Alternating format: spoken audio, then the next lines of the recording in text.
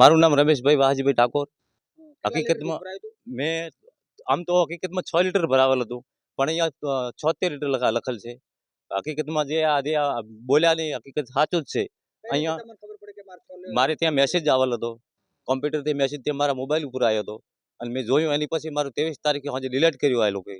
તમે મંત્રીને શું રજૂઆત કરી હતી? રજૂઆત હા મેં કાલે સાંજે રજૂઆત કરી હતી। શું કીધું પછી મંત્રીએ? મંત્રીએ કીધું આપણે વહીવટ કરી લઈશું, બાકી મેં ના પાડી, મારે આવું જરૂર નથી, કોઈ વહીવટ કરવાનો મારે કોઈ જરૂર નથી। જે કાયદાસરનું થતું હોય એ જ કરવાનું આવે। કેવી રીતે વહીવટ કરવાનો? એટલે આપણે 50-50 કરશું કે ભલે તમારામાં આવ્યું, બાકી મેં ના પાડી એમને કે મારે આવું નહીં કરવું।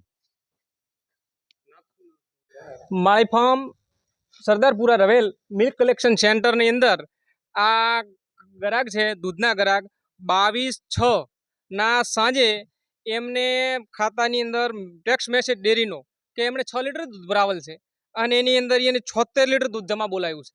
76 લીટર દૂધ ભરાયું છે, વત્તા 22 તારીખના સાંજે દૂધ ભરાઈ અને બનાસ ડેરીની અંદર ટંકર જતું રહ્યું છે। 23 તારીખના રોજ વહેલા આ ભાઈએ વાત કરી છે મંત્રીને કે મારે 76 લીટર દૂધ આવ્યું છે, તો મંત્રીએ એને અંગત રીતે એવું કીધેલ કે થોડા અડધા પૈસા તમે લેજો અને અડધા હું સેટિંગ કરજો, એટલે આપણું કામ થઈ જશે, બીજું કંઈ આગા પાછું કરવાનું થતું નથી। પણ આ ભાઈએ ચોખ્ખી ના પાડેલ છે કે દૂધના પૈસા મારે બિલકુલ જોતા નથી। એટલે 23 તારીખના એ ભાઈએ પાછું દૂધ 76 લીટર ઘટાઈ અને 6 લીટર કરી નાખેલ છે।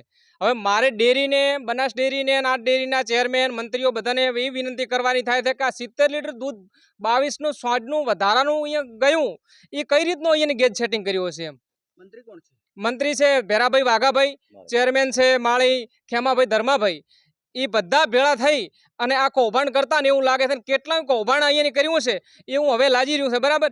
એટલે 70 લીટર દૂધ 22નું સાંજે ડેરી બનાસ ડેરીની અંદર જતું રહ્યું, 23 તારીખનો અંદર મેસેજ અહીંયા ડિલીટ કરી દીધો, 6 લીટર દૂધ ઉધારી દીધું। આ 70 લીટર દૂધનું ઓડિટ એની કઈ રીતે કર્યું, કઈ રીતે દૂધ ભેળવ્યું, અને અહીંયાની આ ડેરીની અંદર ગેજ કઈ રીતનો સેટ કર્યો હશે ટંકરમાં 70 લીટર દૂધ વધારાનું જતું રહ્યું, આનો વહીવટી કાર્યવાહી જે કરવાની થાય એ મારે બનાસ ડેરીને નમ્ર વિનંતી કે આવા કેટલાય ગ્રાહકોને આવો છેતરપિંડી કરી અને બનાસ ડેરીને નુકસાનમાં લાવવાનું કામ આવી મંડળીઓ કરતી હોય છે।